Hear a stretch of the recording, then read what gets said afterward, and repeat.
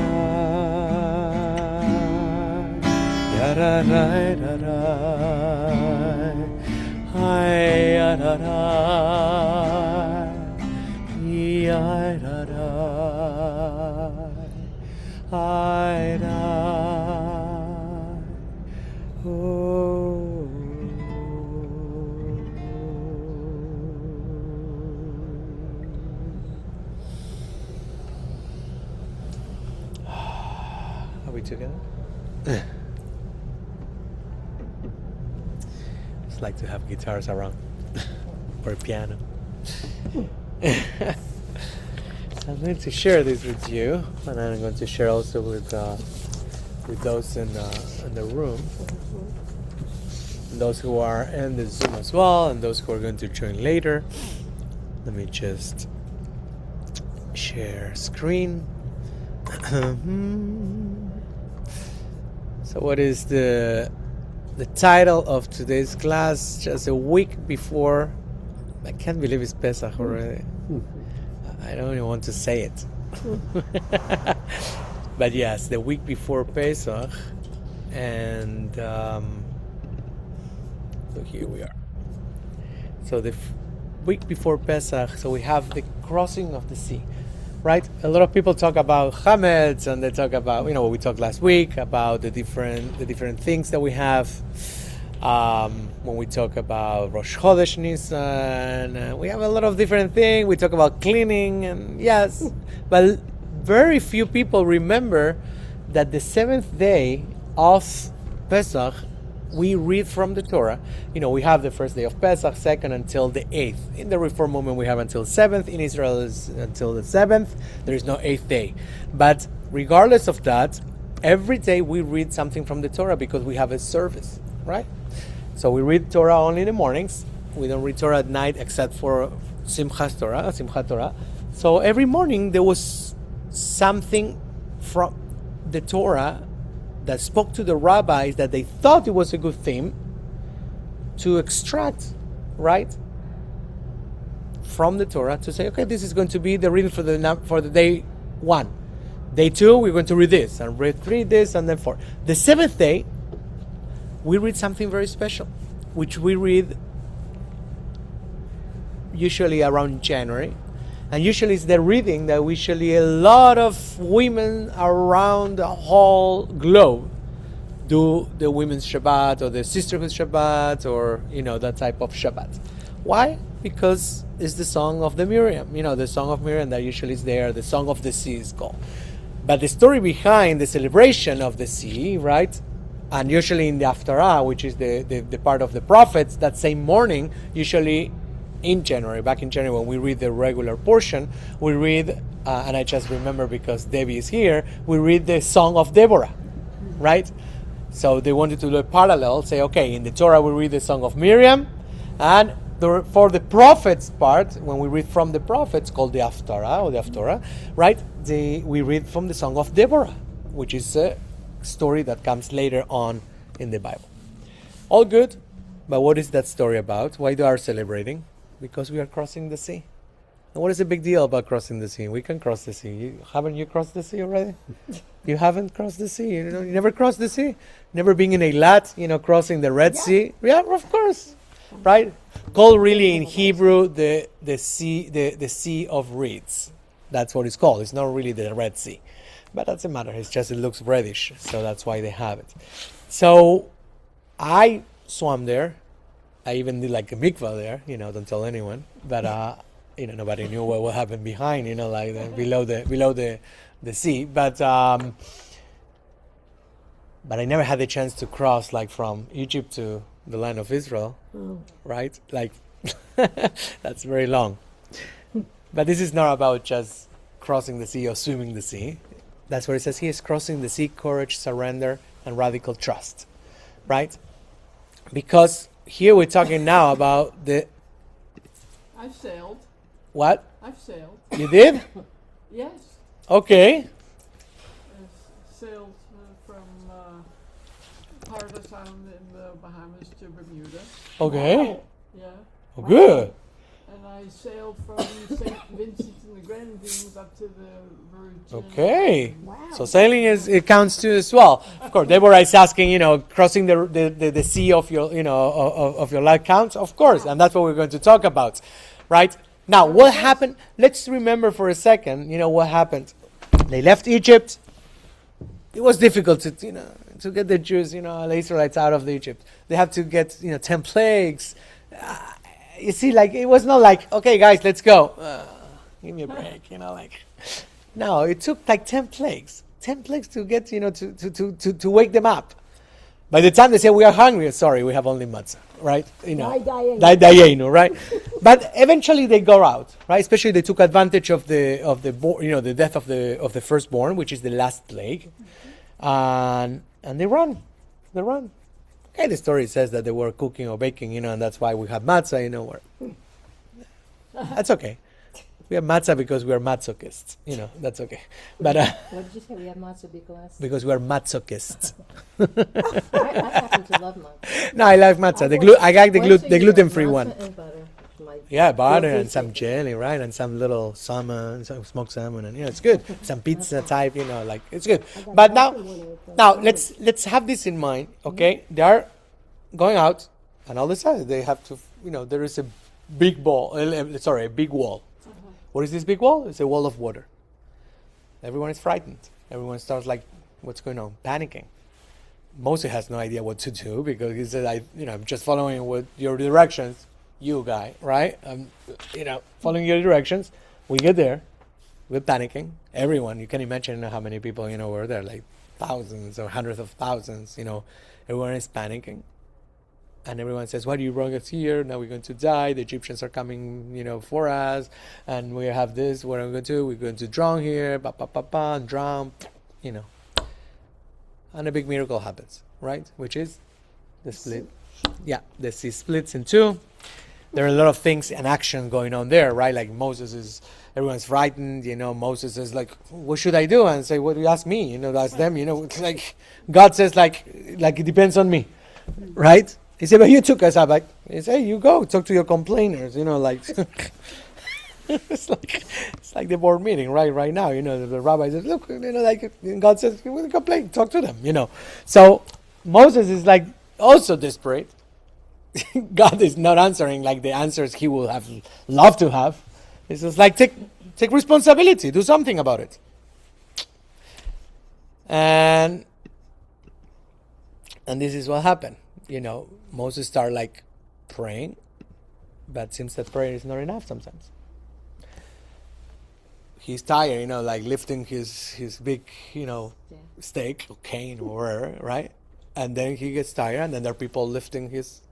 So it seems that every time that he lifts his hands, things happen. And when these things, there are a lot of memes, today, like a lot of jokes about, like he's there and they're putting like a lot of deodorants, it's very funny, what usually they do. So that's kind of the story that we know. And it has a lot of lessons of that story, right? Part of the story says that there was a guy, the story doesn't say in the Torah that, but there is a lot. I mean, you can only imagine the ones we read from the Torah and the rabbis with the rabbinical eyes, especially from ancient times, who didn't have Netflix or Apple TV, right? They were really into it all the time. They're mesmerized by this story because the Torah is unchangeable. So what do we do with the story now? We need to make up some comments, a commentary about it.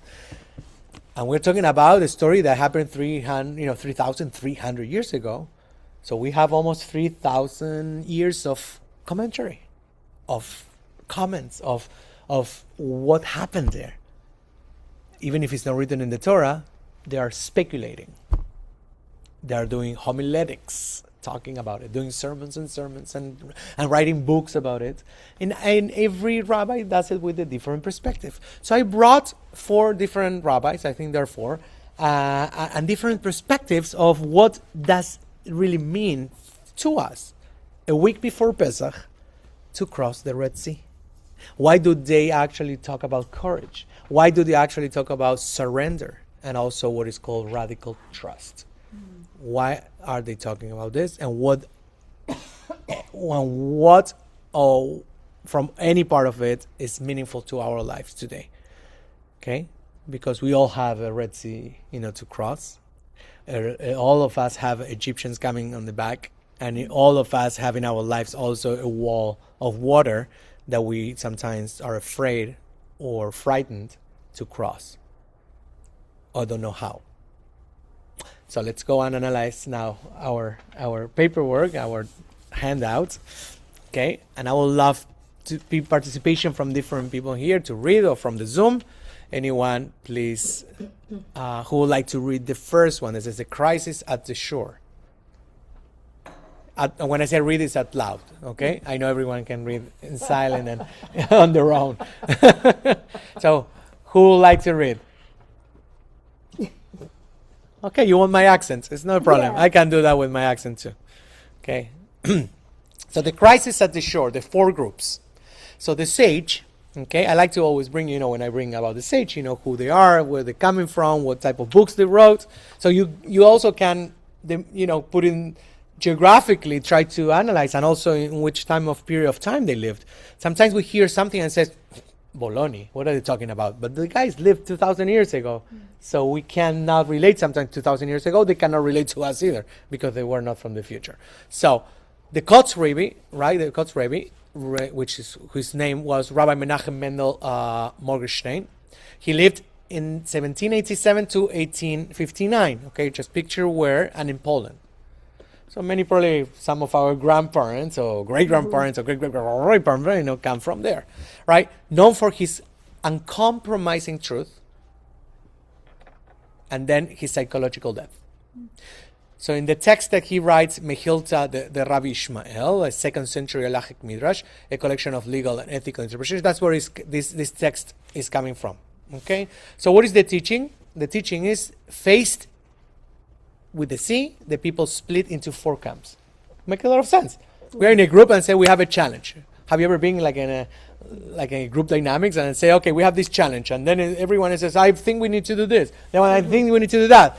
Okay, it's always split in 4 groups. Even 2,000 years ago, the Jews were divided in 4 different sects, right? Different groups. The Essenes and the Karaites and the Pharisees. So people have different Reformed, Conservative, Renewal, Orthodox. We always are a little divided in ideas. So let's see which 4 groups or 4 camps were this.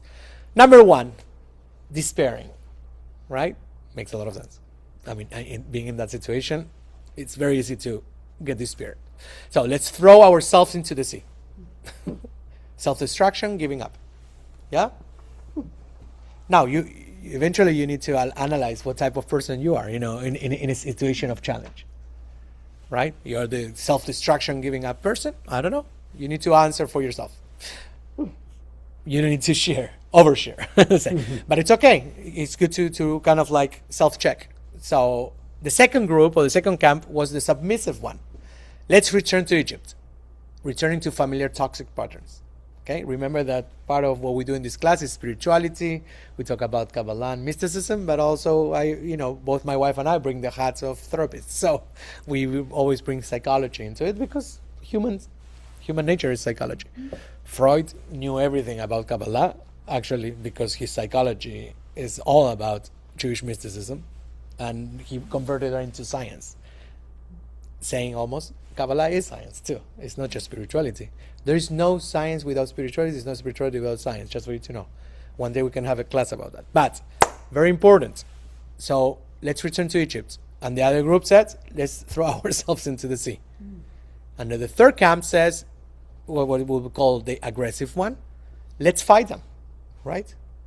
That's a trying to force a solution through ego. Well, we are more. Let's go and, fight them back. And then we have the fourth, that was the religious. Let's pray. Look, at the time that we are living, the times that we're living today, with the different wars and everything, also Netanyahu might say one thing, the other one might say other things, they have all different opinions probably. And there probably are 4 camps as well, or 5, or 6. But I'm sure that he's not the only one who has the voice, to say what they want. Other ones might say, let's pray. How many? We have a lot of religious people, in Israel praying. And they say, don't attack, let's just pray. I don't know what Mahatma Gandhi will say, but he would say, just keep quiet. Don't attack. Don't be aggressive. So there are different always camps when you have a challenge, when we confronted the face with the sea. All right? So what is the insight behind all this? Right? God tells Moses, and this is quoting from the Torah, speak to the children of Israel and let them travel. In other words, prayer is for the heart, and movement is for the feet. Say that again. Prayer is for the heart, and movement is for the feet. Yes? Interesting, yeah. Yeah. And this is like sometimes, we misunderstand, what a leap of faith might be, or actually, or saying, no, I believe in God, God will bring a miracle. Well, you can be seated there, but I don't think that God would just bring the miracle. Do something about it. I mean, move your feet. God will meet you halfway. Mm-hmm. Because where is the challenge? God would provide. God would provide. God provide. I mean, like I need to. The joke. Mm-hmm. You know the joke. What's the joke? So comes I'm already laughing at the joke, of course, but it comes, the daughter, and the parents are there. The daughter is bringing the new boyfriend who wants to ask for her hand, and to be engaged and everything. So the father of the bride, or the girl, brings the future son-in-law and says, let me ask you, so what do you do for work? No, I just study. And I said, so, okay, good. And how are you going to buy supplies and the house and, and support the family? Oh, God will provide. God will provide. Okay, good. And when you have kids and you send them to school, oh, God will provide. God will provide. Perfect. Good. And now when you need to find like finding food, or something happen, hospital, who knows? I mean, like labor and God will provide. God will provide. Good. Thank you. So the boy goes away, and goes back home, and then the daughter said, "What do you think? What do you think about my boy?" I said, "I don't know, very very nice boy." And then the wife, now the mother of the girl, comes and says, "So what do you think, honey? Like And he said, he thinks I'm God."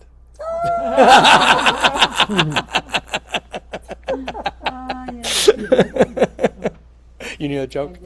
Okay. Funny. It is funny. It is funny, but it's true. Sometimes I people. love it. I needed to laugh. That was great. I'm glad. I'm glad you like it, Leslie. I'm glad.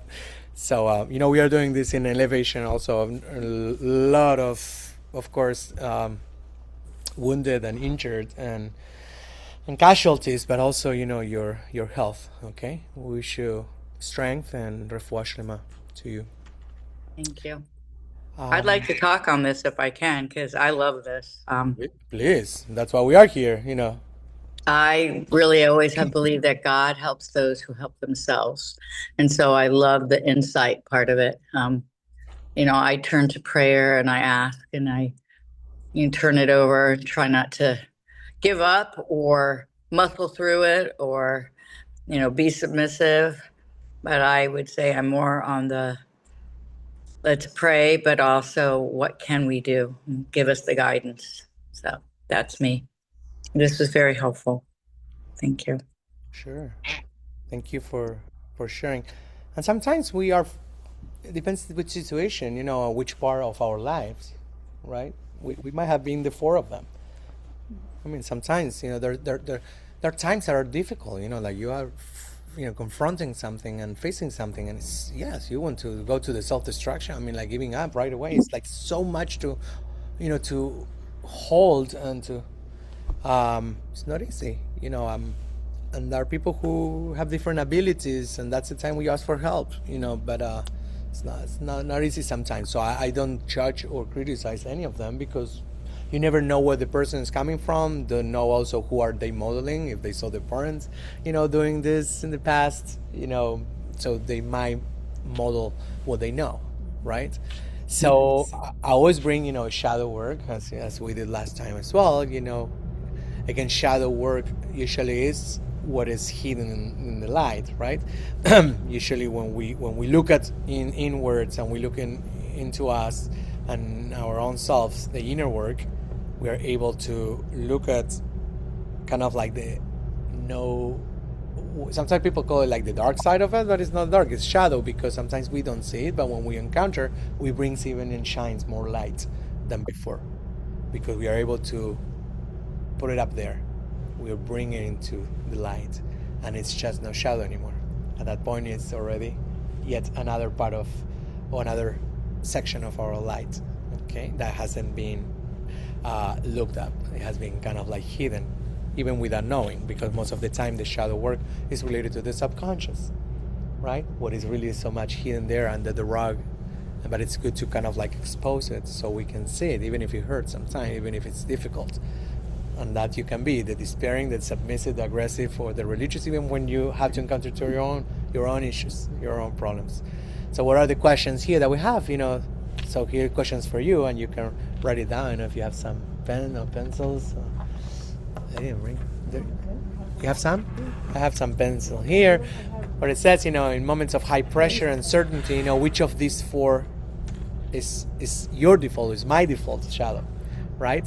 Which of those is more despairing? You can write it on your own. You don't have to share if you don't want to. Or do I drown in self-pity, run back to what's safe but small, fight everyone around me, right? A lot of people love to fight around. And the reason that they like to fight, sometimes they don't like to be seen. And yes? But let's throw ourselves into the sea. I don't read that as self-pity. I would rather have done that than being killed by the Egyptians. Okay. Tell me more. It's just what came to my head. That's okay. That's okay. So, Yeah. There's no one interpretation on any of this. Yeah. So it's great. You see it differently. I have any. Well, there are people who... But that was my thought. Yeah. Look, we have in the history of Jewish people, in the Jewish history, for example, what happened in Masada, right?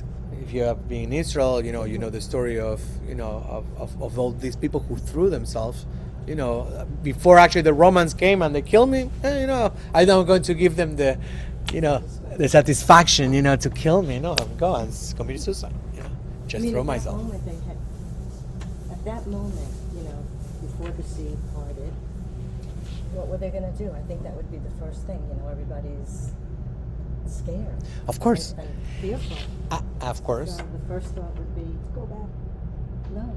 Oh, if you go, because going by this one, throwing yourself into the sea, and you said there's despair and self-pity and just didn't see it that way. You'd be like, I'm not letting those Egyptians kill me. I'll just kill myself. Yeah, it's true. Yeah, I mean, there's a lot of different things, and that's why and also it's different when you are facing something on your own than when you're with a group, because the group influences a lot, and sometimes it depends on where you also in your self-esteem and everything, and how influential or you can be influenced by others. That changes everything. And your age and experience changes everything, because when you're young, people don't like to hear. And even when I used to teach, I know their instructors go, "Oh, just because you have 40 years experience, they have like a residency for a year." They get arrogant, they don't realize, but in 40 years you see a lot. Just like when something happens the first time, you panic, your adrenaline's going. After the 50th time, you're nice and calm and you just deal with it. So at one point in your life, you may deal with it at each different time. But it depends. But I have a little different perspective about aggression, because being from the military, when you're a trained warrior, and that's part of it, and you do need, if you study, you need warriors who study everything better than when you have one without the other, because you want warriors with wisdom. Just like you also want people with wisdom to understand sometimes you have to fight. Because you get the passive people always go, oh, let's always be passive, and that's not always the way the world works. So the warrior in you learn failure's not an option, so and that's a more civilian thing we talk about, is civilians will accept failure. So they'll accept, we're here, if we fail, we'll throw ourselves in the river, or we'll just let them kill it. Warriors are like, no, we'll come up with a way. If that's not an option, we will fight. Exactly. So it's not an ego thing, it's a training because thing. It's a training thing. And back then, there were a lot of warriors. Oof. Not like nowadays. Nowadays, less than 1% of Americans are. Of course. So. And the Israelites, of course, were no warriors by themselves. I mean, at that point, they were slaves. They were slaves. There were some who understood. There were some, historically, I mean, it depends on which time. I mean, David was a warrior. Oh yeah, that's why he couldn't build Saul was a warrior. That's why he couldn't. Well, that's a whole other discussion. No, of course, but it's true. But that's one of the reasons also they didn't finish. They were so much in war, after war. And when David dies, the first thing he says to his son is like, revenge. Like, I don't know what you're going to do. I'm going to die, but you're going to go to all the enemies and all of them, right? That was instruction. It was not like, who's getting the apartment, who's getting the, the house, in Sarasota. No, it was like, go and kill them all, right? So yes. So you can work on the shadow war. You can also do it at home if you want. I just want to expose all the different parts of the different sages, who had the comments about this. So let's go to the second page. Okay, we have 4 sides on this. So the second one is the 72 names, what is called the technology of the miracle. Have you ever heard about the 72 names? This is one of them. No. There you go. This is one of them, and this is one of them too. Oh, you have it? You see? Now we have 2 people with one of the 72 names, hanging on their neck. So what are the 72 names? Okay, I'm not going to make like a huge class of this, because 72 names might be a series of 10 classes. Okay, only. But long story short, if we read here, right, the Arizal, who is Rabbi Isaac Luria, who lived in the Middle Ages in Sfat, now different town, different ages, right? He was a revolutionary architect of modern Kabbalah. He really left a legacy in his only 32, 33 years of life he had. Yeah. That's why they didn't have Netflix, because they were able to do a lot of good things. He was like a youngster. He's one of the groupie that really developed what we today sing on Friday nights. The Lechadodi, and they were a groupie, all of them. That service didn't exist. Existed like the evening service, like the barhu, things like that, the boring parts, right? But the fun part, all the psalms and everything that we read at the beginning, and we sing with a lot of Gaston and everything, welcoming the Shabbat, that started with his groupie. There were like a bunch of them, like 10 of them, who were like literally really connected. The Ana Bechoach is earlier. It's like 11th century. It's even another Kabbalist. But this is the groupie of Tzfat, they call it, right? Like the groupie of Tzfat, especially in the Middle Ages. So, what are the 72 names? There are 3 verses just around the same area in the Torah before the crossing the sea, before the song of the sea, before crossing it, while they're panicking. There are like different groups, different camps and everything. And then Moses is like, okay, what I do? I need to do something about it. And these are the verses, verse 19, in the Exodus 14, verse 19, 20, and 21. 3 verses. The first one says, and the angel of God who went before the camp of Israel moved and went behind them. And the pillar of cloud, if you remember, there was a pillar of cloud, then there was one on fire, they moved from before them and stood behind them. So we're really talking about some type of protection all of a sudden, right? Whether you think it's an omni, or whatever, it doesn't matter, It could be the Shekhinah. Some people now, a lot of intellectuals and Bible scholars, they're saying that this is our, UFOs, fire and clouds, and well, you never know. People who disappear like Elijah and Noah, that they didn't die, but they were abducted, somehow, right? So who knows? Doesn't matter.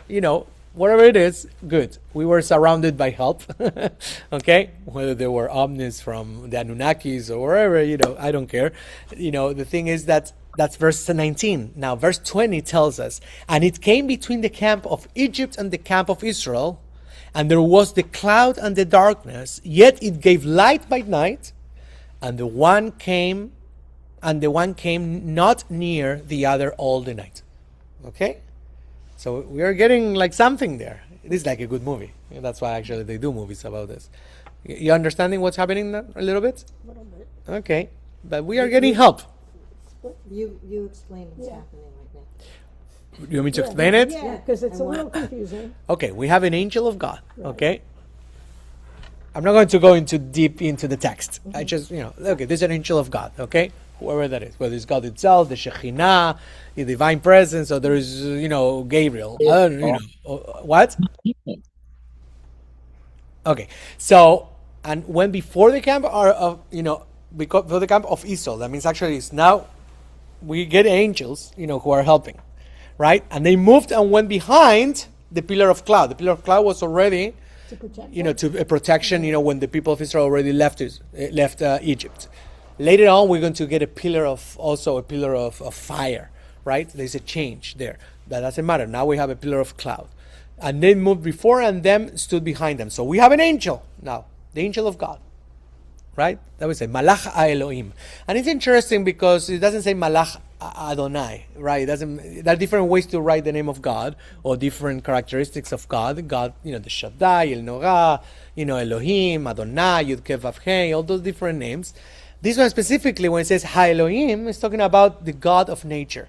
And this is a God that, through the characteristics and the character traits that we know, or adjectives, or personality in a way, represents the God of judgment, the God of strictness, rigor, you say in English? Rigor, right? Rigor, and discipline. I mean, it's the one that someone needs to fight, that's the one who fights, right? That's why actually the angel Gabriel, that's why I say Gabriel, because Gabriel comes from Gibor.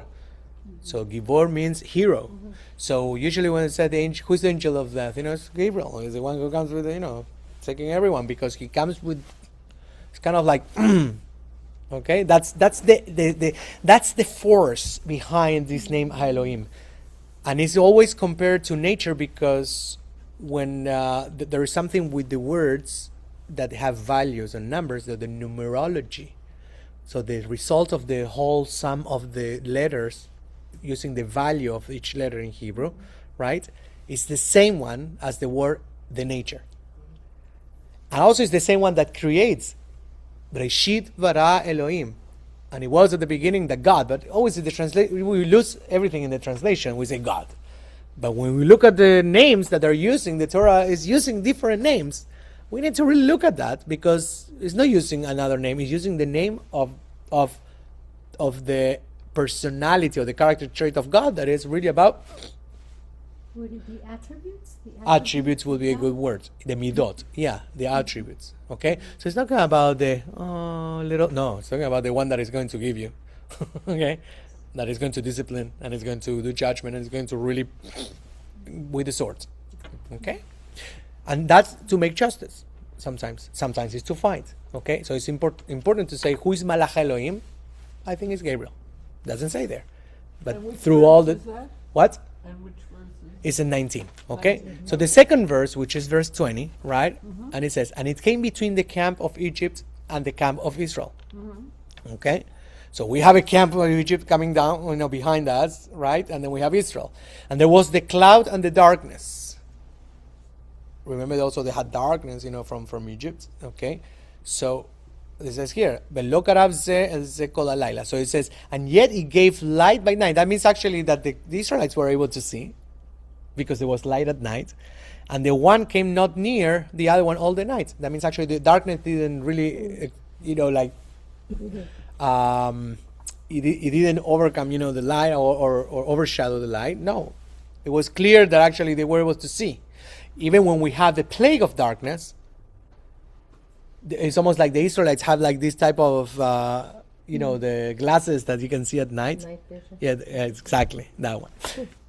And the first. I was going to say, and historically, after like camps, they camped at night. It's only modern warfare that started nighttime with night vision because you don't move. Of course. People, you don't move horses, you don't move anything at night when you can't see. That's true. So It's they all camped at it's night. new technology, right? Yeah. But they had that technology then in the biblical times because it came from God, God. right? So it's almost like they had that cloud and all of a sudden they had like spotlights, all over the place, kind of like in jail, everyone is singing everything. So then we have verse 21, which is the last of these three verses. It says, and Moses stretched out his hand over the sea, right? And the Lord, God in this case, let's see which one. You see now, the use of God is Yud He Vav He, which is the God more related to loving kindness. It's not the one with the discipline and the rigor, and you see that's so important because otherwise we say the Lord God, means nothing to us, right? But when you look into the Hebrew, say, look, it's using a different one. It's not Elohim now. It's Yud Ke Vav He, the four tetragrammaton, the four letters that we say Adonai. That's why it says the Lord. And the Lord caused the sea to go back by a strong east wind all the night. So that's actually when it started. And made the sea dry land, and the water were divided. Boop! The miracle. Okay, so these three verses, and here goes where it says the teaching, and this is fascinating, and hopefully one day we can really do the courses about the 72 names, because they're fascinating. Each verse has exactly 72 letters, each of these verses. 19, 20, and 21. I tell you, these rabbis were like, they were not playing, like video games or, like Xboxes. They didn't stay on their cell phone. No, they were probably smoking something, but amazingly, they found all these things, right? Whatever it is. Well, they have hashish and a lot of things, right? I mean, They had herbs and they had... Oh, they have more than we have today available, for sure. It's like if you study even historically about men and they're talking about and women getting pregnant, they had forms of Viagra back then. Of course. We think this is new. No, but they knew about the herbs and everything. Yeah. It's available in, it's plant medicine. Okay, So so is the wind the strong wind, the nature part of So the strong wind is part of the nature part. That's very good, and that's why I'm mentioning about the differentiation, in the two different names of God, and also there's a said in the legend, in a way, in the Zohar, always says the Kabbalah, that actually that was a wind. There were certain things that God created before creating the world. Kind of like he put it in a store, and he said, "I'm going to be using this." It's almost like when you have, these cards, and you're going to use it for the game later. So the wind from the east, it seems that actually was something that he had in store. He also said that he had in store tears. really. Yes, extra tears, for us. I've never heard that. Yeah, there's a lot of stories, especially in the more spiritual and mystical part of Judaism, which is not so much studied, available there. I mean, it's available. It's just that people don't teach so much about this. That's why I'm teaching this, because not so many are teaching. Everyone is teaching the other things. I teach what I love and I have fun, and I can connect with. So each of these verses have 72 letters.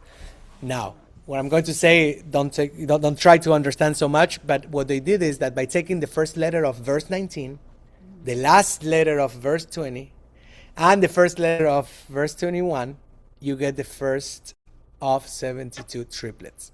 And I will show you, in a second what I thought I actually printed it out. But what they did is, like, you take, like, for example, the first letter of 19, let's say the first letter of each word, right? You go to the verse in Hebrew, and they take the first letter of each word. Okay, they write it here. Now they write second letter here. The third letter here, 72 letters, right? It's the first of each of the words. Now, they take verse 20 and they go from the back to the beginning. So they go to the last word and they take the last letter, and they put it next to each of the ones that we just wrote.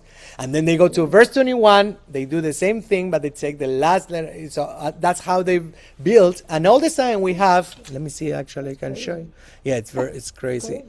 And I want to show you here 72 names of God, because this is not. Wow. I don't know how they did that. I have the book. Yeah, here you have. Let me share also with them so they can see them. Yeah, so here it is. You see? So it ends up being a table like this with 72 names, and each of the names has 3 letters. Okay? Now, Wow. yes, you see that? That's unbelievable. It is crazy. A lot of people don't know that, and I think we are creating, we are like creating from scratch. No, we are not making it up. Okay, and each of those letters. Actual names? Well, that's why I say I'm not going to go into that, because we can. First I call your attention already. So I know this is gonna go forever, but because it's very fascinating. But if you want, we'll can do a class about it. But I didn't want to escape this, because it really comes from this parasha, and it comes from the idea of the crossing the Red Sea. So that's why I wanted to share with you. Let's see, going back to where it was. I think it's this one. Yeah. Okay. So, for example, she has one. Can you show us? What you have? Which one do you have? Let me see. Aleph Lamed Dalet. Why are you wearing that? Because I studied Kabbalah Uh-huh, for 10 years, yeah. and they told me that this one represented protection. Protection. You see? Good. So do you know which? It's very difficult to memorize exactly, what are. There are websites, there are books written about it, what each of them are. There are apps. There are apps actually that you can, and it's very interesting. And this, the one that I wear here, is related to prosperity and abundance. Okay? To what? Really? Prosperity and abundance. And so each of them represents something. And believe it or not,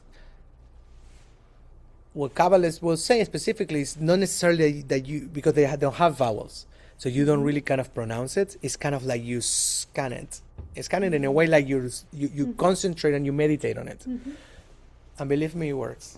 It works. So you meditate on the one. Let's say actually I'm having let's say actually I'm having like panic attacks, God forbid, whatever, things like that.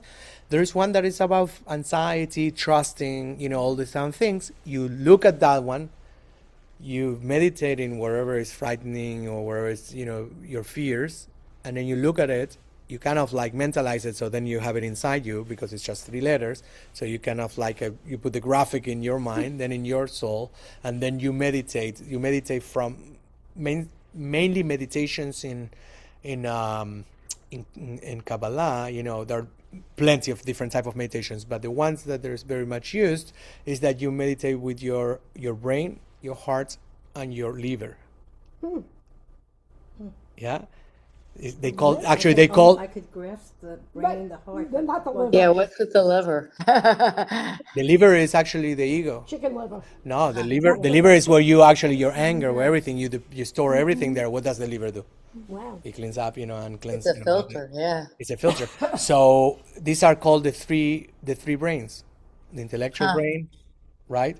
The emotional brain, and Liver. the liver. What is the liver? What type of brain is that? Cleansing. Cleansing. Well, Yeah. it's not cleansing, but it's kind of like the animal brain. Ah, It's kind of like the impulsiveness, the instincts, which is part of who we are. We are animals, right? And impulsiveness, wherever. So we kind of like meditate on that. So it really spreads over all the 3 different brains. That's what the rabbis, the Kabbalists will call it. Can you meditate on different Oh yeah. at different times? Oh yes. And you go like it's interesting you mentioned that out too. I think the class will almost finish here today, but I mean it's very interesting. But in Hebrew, everything has to go to Hebrew because I'm explaining the 3 brains, which is one of the explanations. Brain is called moach, goes with a mem. Heart is called lev, goes with the lamed. And liver is called kaved, that goes with the chaf. Melech. oh What my. is melech? King. Melech. Wow. So when people say, even when you're praying and you're praying during high holidays, that we change most of the words for God, mentioning that God is the melech, is the king because of the kingdom, wherever, what it really means is not about the God. There's no God out there. It's this. Is you. If you conquer these 3 brains, you are a king. Your own king. Your own king. That's what it really means to be a melech. Huh? Can we be a queen? No, of course. Remember that in Judaism, everything was like masculinized in a way. Yeah. And when you study, like all the sages, you sit there and they observe stuff that now we could have scientific explanation. I'm wondering, you have your sympathetic, parasympathetic nervous system. One totally bypasses the brain and the heart. That's like someone's coming at you with a knife. You're not thinking. Oh, it's no. total reaction. I wonder if that's what the liver. That's what it is. If you don't, because that can be good and bad. It can save you, but if you can't control it, you can also die because of it. Well, So it's 3 different ways of thinking. And of course, that's why it's processing. called intellectual, the emotional. Yeah. There are different brains, Yeah. right? And this brain, the liver, also is compared. Then when we understand a little more about Kabbalah and everything, you also know that we're close to the genitals and everything. And I know it's kind of a joke, but a lot of people say that men, have 2 brains. Like one. Sometimes one bypasses the other one. They say, they're thinking with that brain, with that head. I know what women said. So, he's thinking with that head. Well, yeah, sometimes they are, right? Huh? They call it the one. Yeah. So it's like one is not the other one, So, but it is true, and that's why when people say, who is Givor, who is a hero, who is a strong person, the one who can control his instincts. Those ones here in the liver, all that section over there. Okay. And yes, so if you can really conquer the 3 of them, and in this order, you become melech, right? You see what I mean? Amazing. Like that. Yeah, it's very cool. And also I think of these things. I mean, I don't think there's there's. so many layers of all these different rabbis. I don't think they Do this think and about that. this. I think they channel it.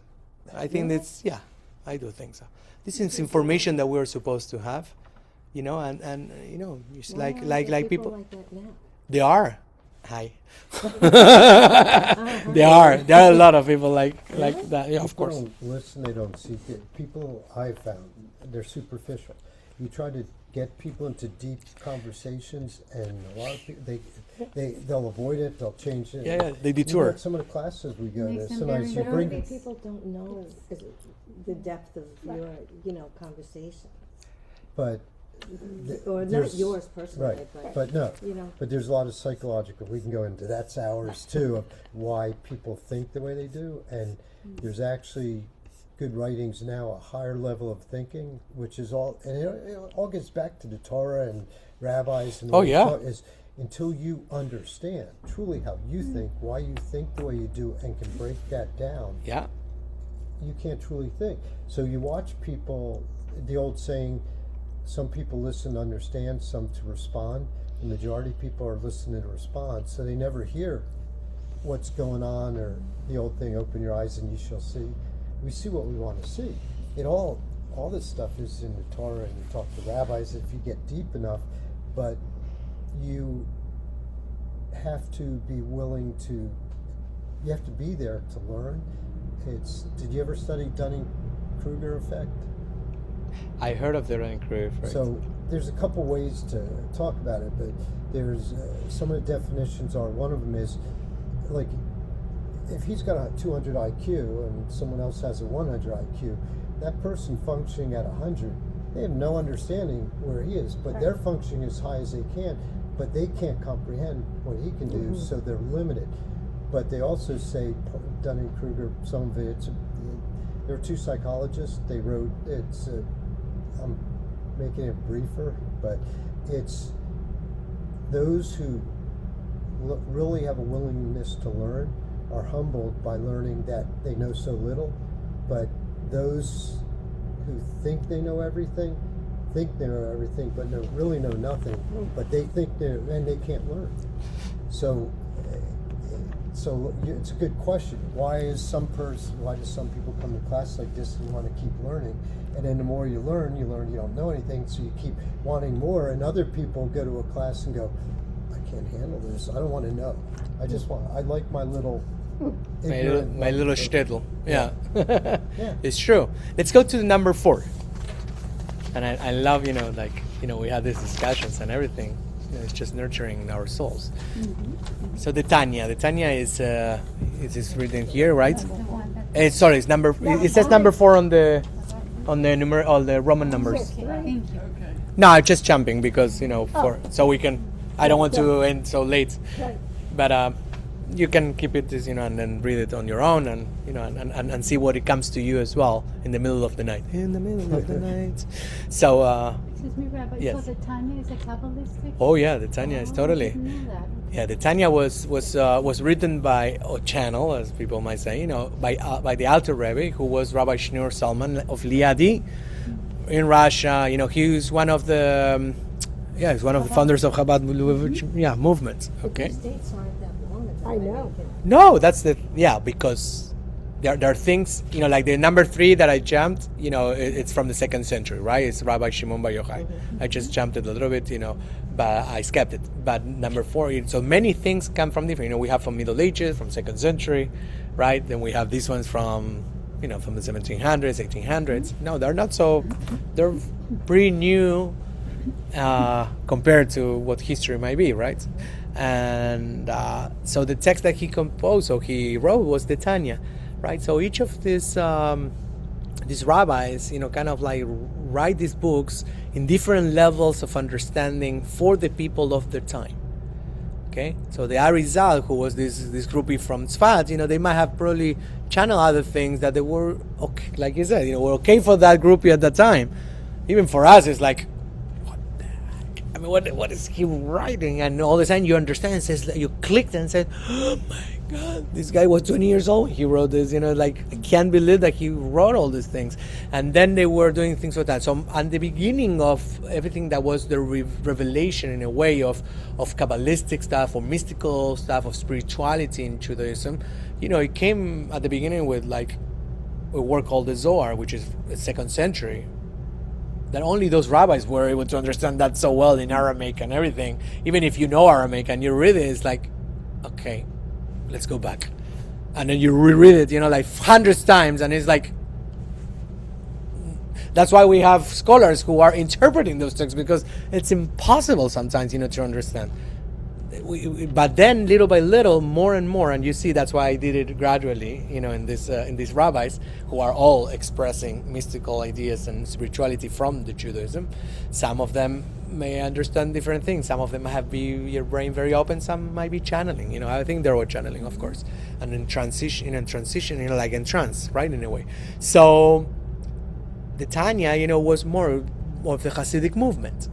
Right, Chabad Lubavitch is not the only Hasidic movement. There are like 350 dynasties, what is called, different rabbis at the time, who really were spreading this idea of Hasidism, right? This idea that actually there was not so much about studying. Today we see them as ultra-Orthodox, but at the beginning they were the pagans of the time. They were like the heretics. They were even expelled from all these different places because of their radical ideas of singing a tune with no words and say that you connect with God with that. When the other ones were like studying Talmud and studying Mishnah and going intellectually, as profound as possible. And these radical people were like, dancing? That connects you with God? And say, just dance, be happy, it will help you out. And it does. Today, science, right? Science proves all that. Happiness, high frequencies, dancing, moves, vibration, frequencies, everything really connects you, right?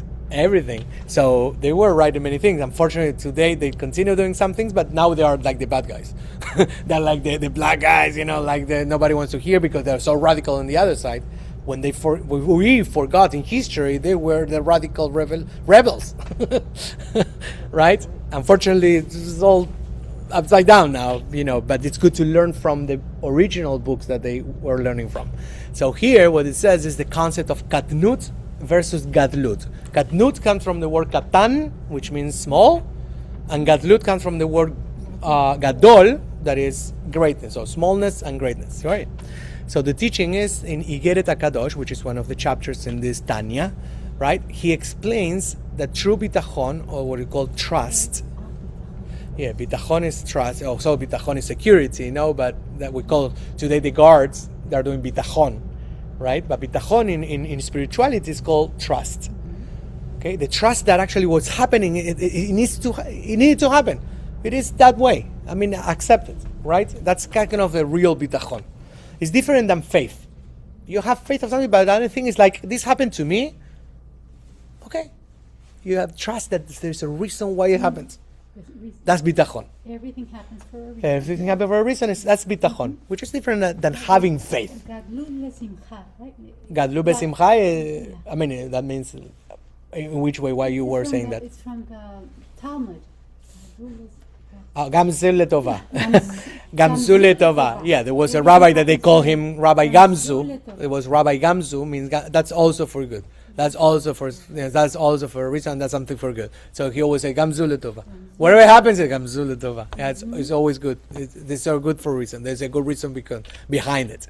Okay, so here he explains that bitachon in this book, right, isn't just hoping things will be okay. It is a state of gadlut amochin, expanded consciousness, understanding that even the sea, in this case, right, we're talking about the crossing of the sea, is actually divine energy in a different form. Mm-hmm. So what he's talking about, regardless of the sea or not sea, is that's how the perspective you have. If you have a great a gadlut amochin, which means expanded consciousness, that means actually you might expand your possibilities of what's going on and you can see the full picture. You look at the glass half full, not half empty. There you go. And also when you have a small mochin, right, like constricted or like a small consciousness, you usually cannot see that there is light, that there is trust, that there is a reason behind it. When a lot of people say, you talk to them and it says, no, what happened and this and this and that, and they're always negative, and always like things happen to me. And also they play this victim game, that everything is to them, and they cannot see the full picture. And all of a sudden, 10 years later, they say, oh, I understand why that happened to me. I understand why I had so many surgeries. I understand why I had that divorce, or why my wife abandoned me, or I understand now why my father was not in the picture, in my life. I understand now actually they fire me from that job. Look, today I'm the owner of Starbucks. Right, and I'm just kidding, but you know what I mean? Like sometimes, we get to that gadlut amochi, that expanded consciousness. I wouldn't say so late, because never too late, as they say, but late in the picture, or late in the game, or at the time you couldn't see it. That's why we have life, so we can see, like you said before. It's also like everything's either a blessing or a lesson. Exactly. But some people don't look at it that way. They look at the negative. They dwell on the negative. Half tempted. But if you always view everything that happened to you, it's either like I said, a blessing or a lesson, then you keep moving forward. Yes. Yes. In Kabbalah it says, that we call God in Kabbalah. There are many ways to call God. You already saw that, right? But in Kabbalah we call Or Ein Sof. Or Ein Sof is the light of the infinite. Understanding that imagine that there's this big light out there, right? Like a big spotlight. And then we all live in different parts of the building. We all get some light. Maybe the 10th floor, which is the highest floor, the highest story in the building, gets like a lot of light.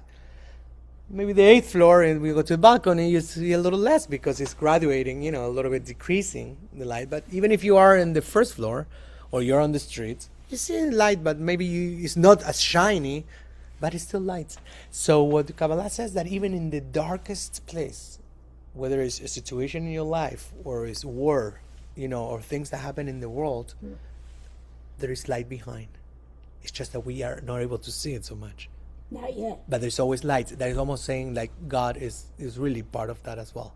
Not that He's producing that, right? Maybe He's letting this happen. And I know it's a very difficult concept sometimes, because then we go into the different parts of history and people say, why? But that's kind of the understanding, and at least in Kabbalah, that's always the Or Ein Sof. So sometimes when you live in a very, very dark place in your life, right, or you're going through a dark place, the light might be a helper. The light might be a social worker. The light might be, your brother, sister, sibling, a friend, your spouse. That will be the light that will take you into levels up, to get more. Or anti-depression medicine. Well, yes. Well, that depression it's it's a lot of darkness. It is a lot of darkness, but it's not that person is full of darkness. It's a dark place, but it's still light there. Because sometimes is when in the Lechado it says that I need to go really down, like below the earth, to really come back victorious. Sometimes you need to, they say 2 steps back, right? What it says, or 1 step back and two forward. Because sometimes you need to really hit bottom, whatever bottom means for each of us, to really realize, to bring the light up, and to bring the light of what that situation might have meant for you. Okay? So that's what we do. Also, the shadow work is the same idea. So the question here in the shadow work question is, where am I currently living a small mind? Sometimes we are very small-minded, Sometimes because we are, we can't see more, we don't have perspective, sometimes out of trauma, whatever it is, sometimes we are very small-minded. Like my wife last night said something, I was about to argue everything and I couldn't see everything. So, this morning I was already acting upon, what she said. You see, after the night, I was able to, I don't know, something happened in my mind that I got to be in the expanded the consciousness, and I was able to understand what she's saying. At the beginning, I thought she was criticizing me, but then I was able to see the light, as people say, expanded my consciousness, and I was not even saying yes, you are right. No, I was acting upon it. It was not like about yes or no. It was like, okay, here is my proof. Actually, I understood what you were saying. Thank you, because I last night I couldn't see it. Last night, yeah. Well, and that's some of that in the military when I was teaching. One of the first things one of my mentors taught me is never trigger someone's ego. As soon as their ego is triggered, they're not hearing or reacting the way you want. So what you're kind of explaining is, and that's part of getting, and we each learn to get more elevated. You learn when you don't let people get you emotional, because then they're controlling you. But it takes a lot to learn how to control your emotions. But once you learn to control your emotions, you actually start hearing. So I tell her all the time, don't listen to what someone said. Listen, no. But I go, you listen to what people are saying, not what they're telling you. If you sit back, just their body language, the way they react, the way they tells you a lot about them. But if you're only listening to words, you're only hearing 10% of what you want to hear. But it takes a lot, and that's just getting older and different things. I mean, serving in a war zone, certain things get you to a point where you go, I'm not letting anybody involve my ego. But that's not easy. People go, they go, you've always been that way. You go, no, when you're 20 years old, you can't even understand it. Try telling a 20-year-old kid that. But when you're 70, it's a little easier to go, now I understand all this. It's true. I went to study Tanya when I was in Israel in Sfaz. I went to Chabad. Yeah, to the Ascend. It was a long Yeah. time ago. They had a place. Yeah, it's very interesting. You can study Tanya, online in the Chabad, the Chabad page. They have like a Tanya, portion of the day. So you can study a little bit. Sometimes it explains a little bit also. It's interesting. There's a lot of these interesting books and everything. So, Rabbi Gaston, is there any way you can go back to page 3 real quick so I can take a picture? I missed that one. I will send it to you. No worries. Oh, okay. I mean, I can go back, no problem. But I will send you a PDF too. Thank you. Okay. Thank you. Yep. And it's already 8:10, and the class is supposed to go until 8, and I don't want to take so much of your time anyway. But you read the other ones that we didn't read through. But all this exposing you to these rabbis, who talk about ideas behind what does it mean to cross the sea. Because when you have really a wall of water, or an obstacle in your life, a wall, whatever it is, whether you're scared to go through it, whether you don't understand why it's there, whether you want to blame other ones because that wall is there, because like we were saying before, if you don't want to look at what's your portion in all this, you can blame the world. And you can actually spend and waste your life blaming others. I see my brother, he's 50 something now, and every time we meet, there is something about my father. My father died, 2011, and he talks about when he was 6 years old, and my father said whatever, and I say, turn the page. I mean, like, you've been in psychologists and therapists, and turn the page. He's not even alive. We're going to go to Argentina. You're going to say, hey, you say to me. And like, grow up. I mean, I know it's not it, but we can be all life, be small-minded, and always blame everyone else. But when you have bitachon, this idea of the trust, you understand that in Kabbalah you say actually you choose your parents. You choose your parents, the place of where you're going to live. I mean, you choose kind of your life is going to be, and you ask your tribe, because it's almost like we come in tribes, like a clan, with all the souls. And you say, look, I need to work on self-esteem. Who wants to do it? And then one of the souls says, I'll be your father.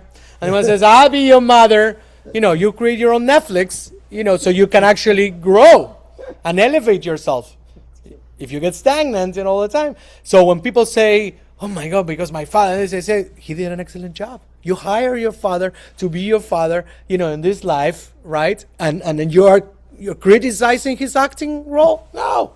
He's an amazing actor. He should get the Oscars. He's doing great. He's doing his job. You hire him for that. So stop complaining. You did a pre-agreement. You signed an agreement. You signed a contract. Well, why are you complaining? Look. You didn't pay him. He actually volunteered. You see? So that's important to know. When you have an obstacle in front of you, don't go into victimization. Take responsibility and go into the expanded consciousness and say, you don't say, why is there for me? It's for what? For what? Or what for? Whatever you want to say. what is the reason that I have that obstacle now in my life? What do I need to learn from this? Yeah, I've been saying lately, it's not happening to me, it's happening for me.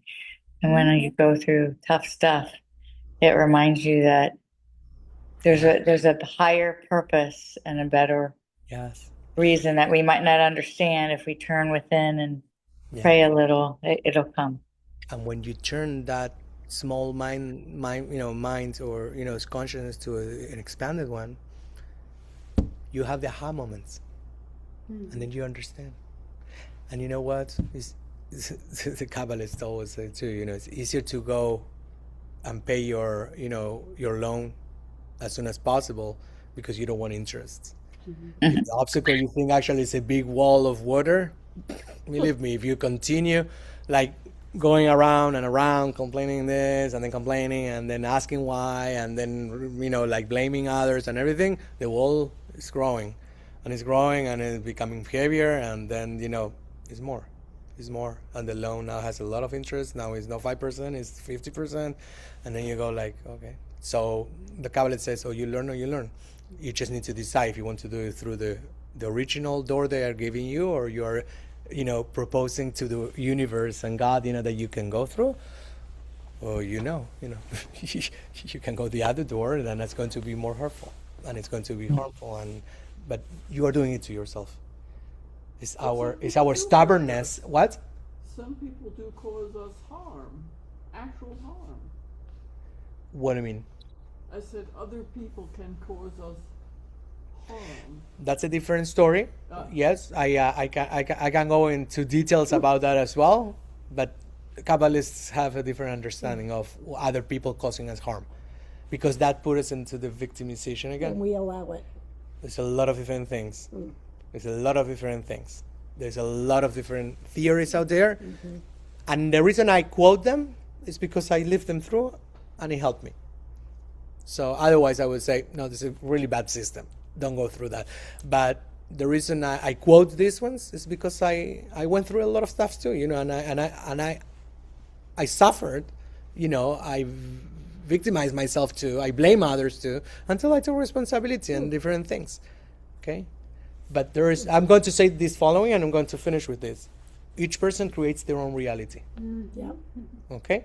Whatever that means for each of you today, in whatever consciousness or level of consciousness you have right now, you understand that each person creates their own reality. And the Kabbalah says, if you don't like what you see, change it. Yeah. Thank you so much. That was it. Thank you. Have a great Pesach. You were wonderful. Thank you. Really. Have a question. So we'll see you in 2 weeks. That was great. Chag Pesach Sameach. Chag Pesach Sameach. Thank you.